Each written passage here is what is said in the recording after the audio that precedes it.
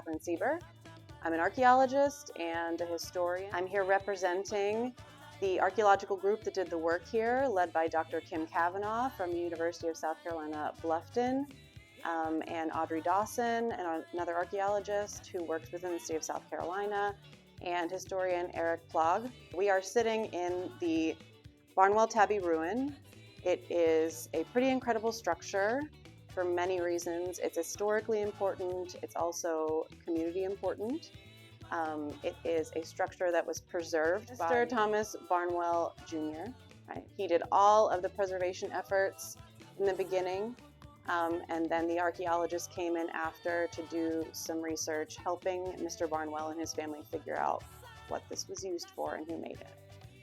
There are many persons who were a major part of this process of saving this tabby and rebuilding it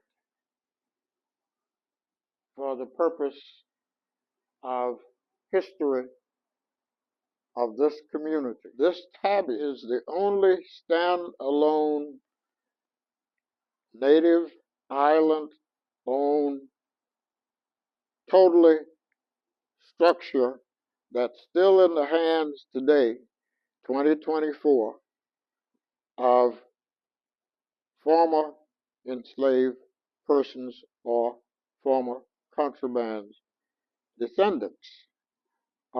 Phase one of the restoration, as I was pointing out, was done in 2009. Phase two was done in 2016. And phase three was done 2017, 2018. And then after that, I went to the university and met with Dr. Kimberly Cavanaugh and a team that she had assembled of university staff persons and asked those questions. And I think they thought, gee, that guy must be crazy. We haven't had any African-American persons to come over here asking us those kinds of questions. I get excited because I'm 88 years old and I was born on Hilton Head. My mother was born here. My father was born here. My grandfather, on both sides, were born here. And we have been here for a long time. And our history has been overlooked massively. And those who have not overlooked it have not taken the time to try to ask, to understand, and to help us preserve, protect, as well as willingly share our part of history that is gradually going away. Using excavations and archival research, we've been able to figure out a lot of really new and fascinating information that's going to change what we know about Hilton Head history. Traditionally, we talk about the colonial history of Hilton Head as a one chunk of time, right? But in reality, it was a long history. It started in 1690, and the colonial period went all the way up to the Revolutionary War, and then from the Revolutionary War until the Civil Wars, the antebellum period, and this property is a part of both of those pasts. We often say that the oldest structure on this island is the mausoleum for the Zion Chapel of Ease, and that is from the early 1800s. But through doing science on this property the last 5 years, we've been able to figure out this property was probably built sometime in the mid-1700s, which is a really, really big deal. We did that using artifact analysis from the artifacts that were found here during excavations and some different scientific processes, including OSL, which is optical stimulated luminescence, that tests when the last time sand grains were exposed to sun.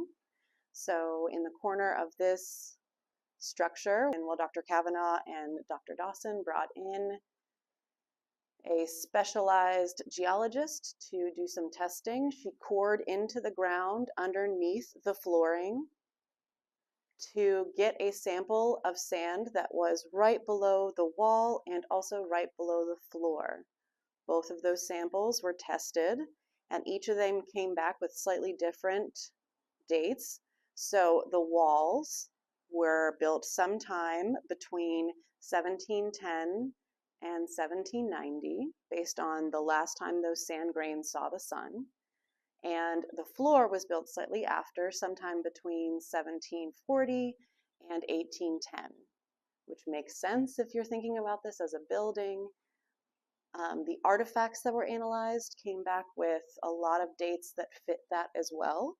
So we found ceramic pieces, bottle pieces, pieces of metal objects, and all of those dates combined created another layer of data for us that also say that this building was probably built in the mid-1700s. So that's a pretty big discovery for us, and I'm very excited about it. So the most tremendous part of this as an archaeologist and historian is that we're sitting in a place built by Black folks in maybe 1750, 1760, and it was saved by Native Islanders, and it is part of this long story that it does get overlooked, but we rarely get a chance to have a place like this be part of a physical ability to tell that story. So I think it's a pretty incredible place, and I'm so glad that Mr. Barnwell saved it. It's so very much important. This site, the Tabby site, is one that really should be recognized in perpetuity, become a part of the island's historical orientation, and we hope that will happen with your help and all others. Thank you so very much for doing this.